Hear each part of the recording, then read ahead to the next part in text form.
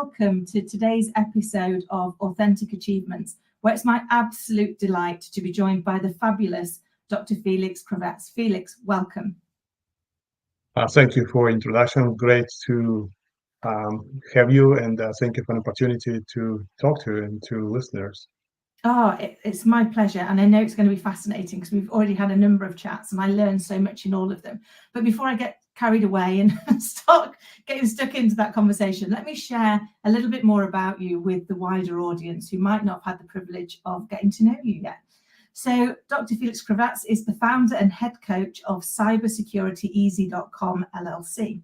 It's dedicated to enhancing community cyber safety and social engineering awareness. Recognizing the urgent need for improved understanding in this field, Dr. Kravets aims to simplify cybersecurity concepts, covering essential topics like emails, SMS, phone calls, passwords, AI, and more. With a diverse background as a senior executive, startup advisor, and educator, he brings invaluable experience from roles at AT&T, the University of Potomac, and numerous educational institutions. Holding a doctorate in business administration and a project management degree, Dr. Kravets is committed to making cybersecurity accessible for all. And I mean, that's quite a journey that you've been on, but I mean, what a huge thing as a mum, trying to navigate cybersecurity and all the nuances of that are always forefront of my mind. And I know we've chatted about those before, but before we get stuck into those, can you tell us a little bit about your journey so far and what's led you here? Yes, thank you. Thank you. It's a great question. Before we continue, I just want to say that thank you for all the credits, and I probably deserved a very small portion of it because we only cover not the whole cybersecurity, but a very small part of it, which is social engineering. So I don't want to take credits for being computer programmer, which I'm not, and we're not helping with coding, with application. We only do human factor. Okay. So that is a very small part of it. But in the same time, I truly believe it's highly important because over 90% of all cyber attacks utilizing human factor. You can make best programs in the world, but people always, I don't want to say mess it up, but they will they will do something which will cause the whole system not to properly work. So we specifically deal with training people and companies on how to be safe in terms of social engineering. It's a human-to-human interaction. It's an attempt to lie or to provide wrong information to pretend to be someone else in order to get your personal data. I believe it's a big deal. I was in education for many years, and I noticed it's an issue not only with students, with professors, with administrators of major colleges. It's a situation where criminals are getting smarter and smarter, and none of us can really predict what they will come up with next. So we're all kind of following their steps in order to learn more. And the only way to be ahead of it is to know what they're doing and how they do it, so we can recognize those threats moving forward. I think it's a huge deal, and I try to make my little steps to help to this big movement of helping others, which involves multiple organizations, from government agencies to private organizations and educational institutions, to help all of us to understand how to be safer when we turn on a computer or pick up the phone. It's such a big thing, isn't it? And I think we get so scared of technology and computers and what they're going to do and where they could go. But you make an interesting point. Actually, very often it's not the computer, but it's the individual that's interacting with the computer somewhere else. So not the end user, but somewhere else that's altering how it's supposed to work that causes the bigger problem. Have I understood that correctly? Sure, that is exactly. So human factor, it's us, who pick up the phone, and it's our choice to trust when we talking to someone who's saying, I'm calling from the bank, or not to trust. And in today's technology, your cell phone will show caller ID, will show you bank. And they have so many more technological tricks that we, in many cases fall, into their ways to get us, no matter how educated we are. It is that. I mean, they can be so clever, can't they? And then they can look so subtle. And I always feel very old-fashioned in the fact that I don't respond to anybody. I go back on, check on the main website and phone the number that's on there, which I appreciate probably makes me a bit old fuddy-duddy. But having worked in financial services for 25 years, it was the only way that you could guarantee you were getting where you were supposed to go, because they got, scams have been clever for decades. Even before technology got so clever, people were always thinking of ways round, ways to outsmart, ways to to commit fraud or to get information that they weren't supposed to. And I think technology's made that easier for them, but the issue remains, and it's the human desire to do that that's the biggest problem, isn't it, rather than the computer's desire to do that. Sure. So how is it best for people to get started to even understand, because we were starting to hear a lot about cybersecurity, but less about the nuances of it, as evidenced by the start, and it's easy to kind of get it all lumped into that one big bucket, isn't it? It all sits in there. It's all cybersecurity. But as you've clearly pointed out, that there's nuances of it, and that it's as with most things, the devil, I guess, is always in the detail. So if we don't understand that, we can leave ourselves exposed. Would that be fair?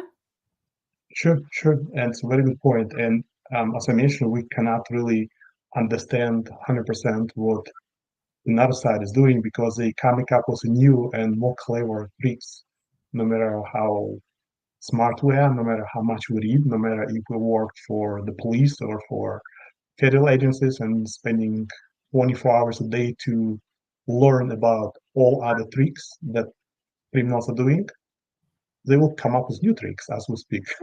It's like an antivirus. You can make the best antivirus in the world, but while you're doing this, criminals will come up with new viruses, and it will always behind of what criminals doing.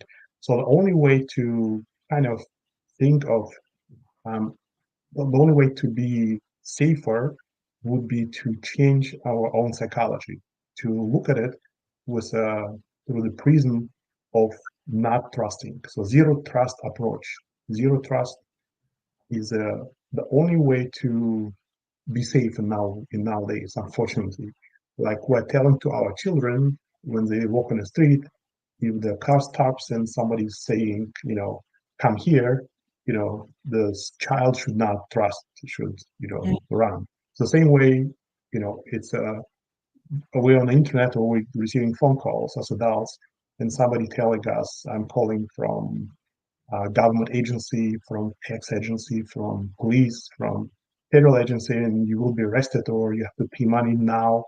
What is a credit card number? Or, somebody from your family members, they're captured by, mob or mafia, and you have to pay, so they coming up with all type of different tricks utilizing our personal, feelings. And it's a psychological game of, making us believe that family member in trouble, or making us feel that we would like to donate money because it's a good cause, and or would like to switch and save money from one insurance company to the different insurance company, and it's a last minute offer. So there's multiple ways to make us believe, to respond and to share our personal and financial information. So, and again, we don't know what next phone call can come up with, and with voice cloning, AI voice cloning, people might hear the screams on the back, which matching to family members' voice, to children, and to spouses, and so they coming up with all type of different tricks that really make all of us sensitive, nice people to believe into that, with no matter how, and again, psychologically, they're trying to make it very strong and very time sensitive. So the only way to do it, to kind of get out of this line of communication, is to take notes and to hang up, no matter how hard it is. Uh, Not to believe and to hang up, and then make other phone calls to the bank or to the police or to whoever they claim to present to verify this information. So, but zero trust is the major component of industry professionals who work in this field as a main recommendation to stay away from those games. And unfortunately, those games now touching our children with the sextortion, they touching our parents, pretending to be financial institutions and insurance companies. So all our family members are targeted, from children to parents and grandparents, from businesses to random people on the street. So it's we all have to be in. It's a big business, and people might be calling from other countries, from countries where it would be difficult for local law enforcement people to go there and to try to find somebody in the middle of that specific country, because it's different law, it's different country. There's no way to really, get there in 30 minutes and arrest somebody. So there's big calling centers operating in multiple countries, specializing in targeting, professionals and people in many developed countries, and they working 24/7. They're providing training. They have hundreds of employees. So it's a big business, unfortunately. It's amazing, and I think you talk about that zero trust piece, and it's true. I have this conversation with my little girl and her little friends all the time, when they're like, "Oh, if you tell them not to do something, it's like, do you not trust us?" It's like, it's not you I don't trust, it's everybody else that I don't trust. Because if you just understood how complex and integrated and heavily layered it is, and I remember, they play on that. They play on fear of some kind, don't they? Fear of missing out, or fear of somebody being harmed, or fear of getting into trouble, particularly if they phone up and say that they're, from a government agency or the police, like you say, you're immediately on the heightened fear that you're going to get something wrong and get a fine, or get something that, that you should have done differently. And that seems to switch off a part of your brain that listens to the logical, what's going on and how realistic is this situation, into the, oh my goodness, what if that happens? And then they're driving into that fear. Is that what drives so many of us to not be on our guard, perhaps as tightly as we should? Sure. Yes, it's a great point. And like I said, no matter what we tell our children or our parents or grandparents, when they receive the phone call or email or text message, in many cases, that's not always a situation where we tell them, don't believe, don't give your credit card information, don't talk to strangers. It might be a child or somebody who put a child to talk to another child, and start from conversation like, how are you? You look cute. Where are you from? How old are you? Are you at home alone? And little by little get into relationships, and then go through, all type of ways to collect, video data, which later will be used, against the child. And in the United States, one of those top crimes that FBI is currently targeting, called sextortion, where children get into close or intimate relationships through video channel, one-on-one, and then one of them is actually recording all of this, and after a recording has been completed, targeting another child, asking for money, or this video will be exposed social media and school. So prior, they have a little conversation, a little relationships, a little kind of leading to saying, oh, it's safe to do it because we're in different countries. Maybe nobody will know, why not? Nobody, parents will not see us. So they basically, unfortunately, criminals have no boundaries nowadays.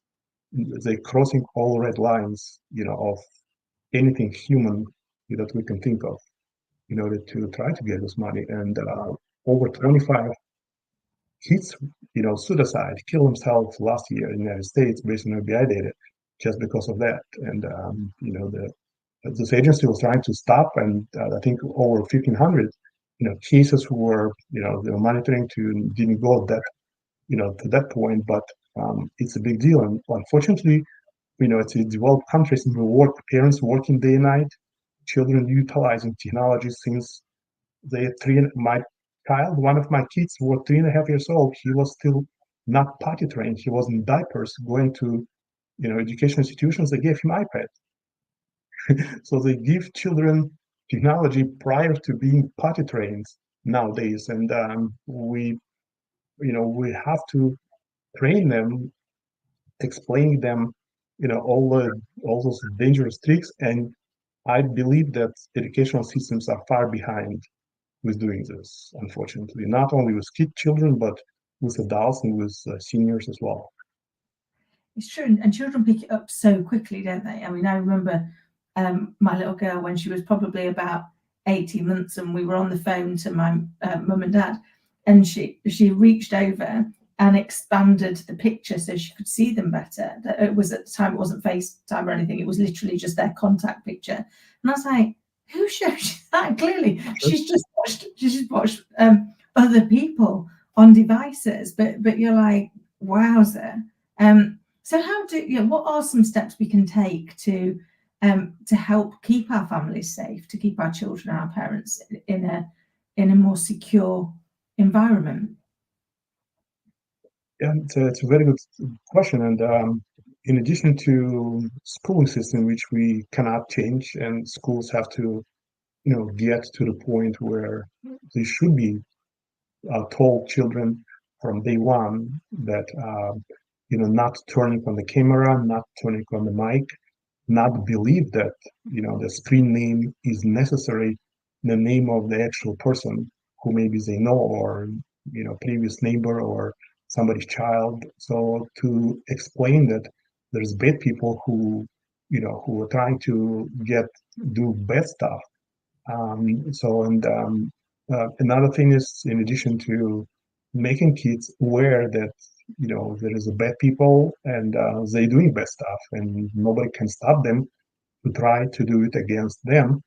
Also to try to build relationships, to ask kids, how was the day, not to tell them, go do your homework, and scream at them, how come you didn't do it yet, get me a phone, not to reinforce this discipline, which is they really need, but also be a friend and try to talk to them, try to tell them your own story, maybe even make up some stories, to kind of lead them or explain them about this type of situation. I wrote a few books on Amazon to younger children, of age under 10, on how to create those password, and how not to turn the camera, not to turn the mic. But it's much bigger, and unfortunately, just books would not, help. It should be communication, and should be trust for children to listen and to understand, and to to get a point. And as I mentioned, bad thing is everybody's working so many hours, and many children on their own. And if they have a cell phone in their hands, there's no way, especially if there's many kids in the household, there's no way for parents to know what each one of them doing on a cell phone. And with all these messaging systems and video messaging, it's very difficult to control. So building up this communication channel with children is a main way to kind of at least to have more chances to be told, or to be aware of what is going on, and to explain them, what not to do. Yeah, that makes total sense, because I think, like with most things, when we're educating ourselves or our children, it's in the consistency, isn't it, of the information. It's in keep repeating it so that we can, okay, no, I'm not supposed to do that, am I? And here's why. And I love that you shared about putting the stories in, because that really resonates with us, whatever our age. Because once we hear a story, we can start to see ourselves within the story, can't we? So we can, it makes very complex things like cybersecurity, like social engineering, suddenly feel, when I say less scary, I don't mean less scary. I mean, they start off, they're scary because they seem to be something you could never understand. Once you understand them in the way that you've explained it, they become scary because they're scary in that what could actually happen, but actually you now feel a bit more in control and a bit more able to navigate some of those challenges. Yeah, very, very good point, Sik. And I just want to mention that it's not only specifically related to children. Adults are also target all type of extortion and sextortion type of approaches where people receive emails saying, I saw you on the camera, I'm monitoring your camera, your microphone. There's multiple spyware. There's applications that we're downloading on our cell phones, assuming, oh, it's free, why not to use it? And it comes with access to your mic, access to your camera. And we're looking at the big people who own billion-dollar companies in the United States. When they're making photo pictures sitting at home, you can see the laptop with a little tape on a camera, or as they say, a cell phone with a little tape on the mic, and you'll think like, oh wow, if these people doing this, they probably know what they're doing, because not talking about government agencies, but hackers can easily get into our phone and our camera and our mic, in a very highly easy nowadays. And there's no way to really, control it or to know what's happening or not. Yeah. When we talk about ourselves, that is the issue for big corporations. It's much more issues because it's not, I always say, attackers on cybersecurity is not that you walk on the street and you realize you have no wallet in your purse or in your pocket, because somebody stole it. It's not, data is there. When you log in, everything is working. So, but attackers made a copy of this. So it's not, it takes time for corporations to even realize that data is stolen, because they made a copy and they left. So it takes month and month of work of professionals to determine it. In many cases, it's not happening for month and month until it happens. So, and everybody's targeted. In the United States, the government agencies, the federal agencies working on the top of the country, data was hacked. The full data was taken out as a part of the attack. And what if we're talking about a single user or a family or a small business, we're vulnerable, and there's no way to be 100% secure and safe. But it's still better to understand what is going on. It's like health. We cannot 100% guarantee we'll never get a flu, we'll never get sick. But if you wash your hands, if you eat vitamins or whatever you do, it makes you better. So the point is of all of this conversation to make you up to speed and to spend some time instead of Facebook and Instagram, with all my respect to social media, spend some time and read cyber news of what is going on, just so if something happened, it might click in your head, oh, I read something similar, so maybe that is similar case, and that is the way to go. Yeah. Well, it is, isn't it? I mean, educating ourselves is always king, and I think you're right. Often makes me smile that I think I'm in a having normal conversation with friends and things. You might mention something, and then all of a sudden, everything that goes into your mailbox, everything that goes on all your social media, is that thing you were talking about. You're like, hello, where did you go? Yeah. Or I own up. I've got a couple of Alexas in the house because they work brilliantly. But the amount of times she pipes up in a conversation and goes, I don't know how to help you with that. And I was like, I didn't ask you to. I didn't say, Alexa, you're supposed to wait for the command, aren't you? That just makes you think, that you used to think years ago that to your point earlier, that post-it note over your camera or the post-it note over your microphone were your paranoid conspiracy theorists, but actually maybe they knew a little more than we gave them credit for. yeah, yeah.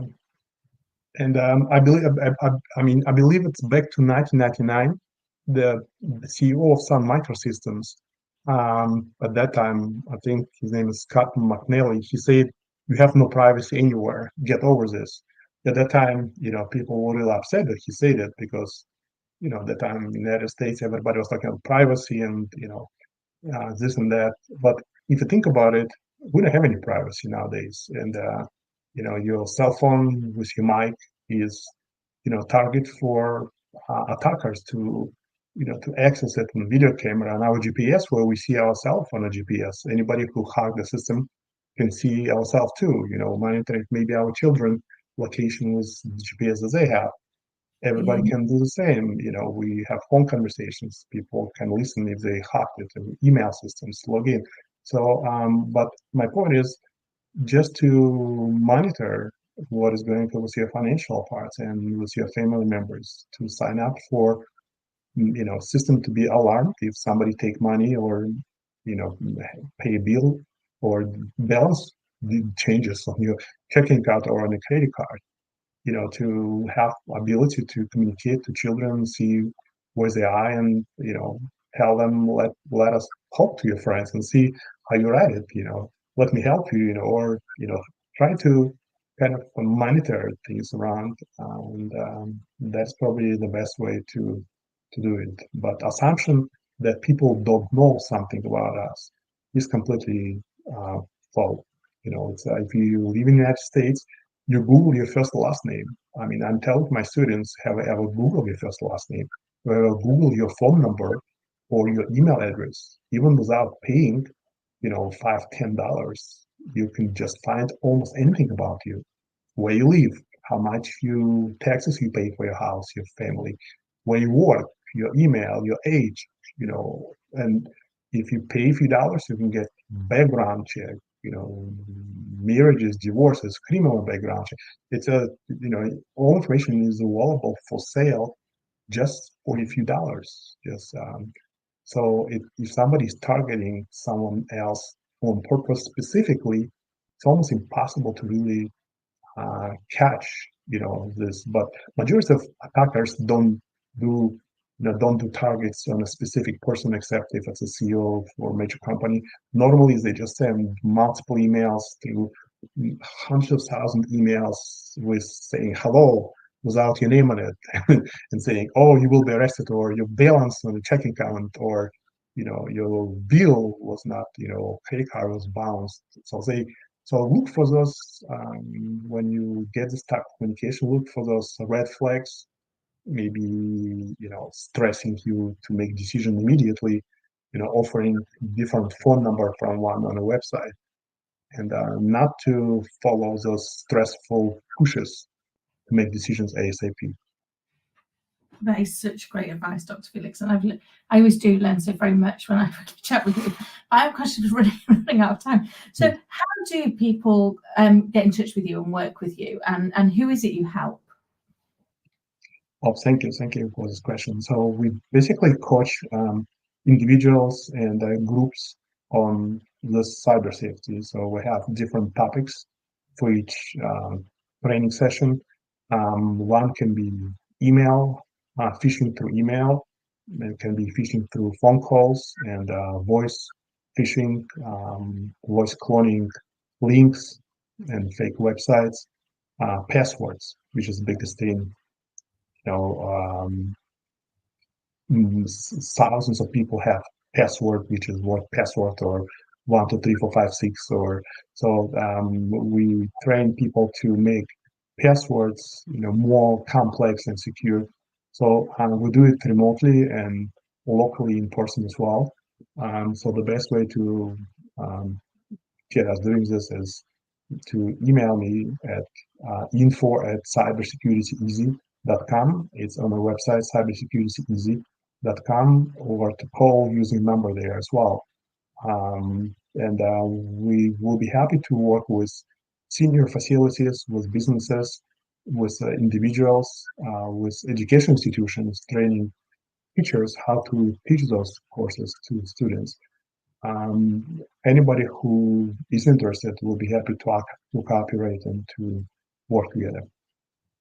Amazing. Thank you so much. And obviously we will make sure that all those details are available in the show notes below so that people can easily get in touch with you and work through how do they find their way through the maze that is social engineering and find their way back to safety. Dr. Feliks, it's been a pleasure as always. I look forward to next time, and thank you for coming on and sharing your insight and giving us more understanding and more education into what is social engineering and why it's important and why we should learn more about it. So thank you.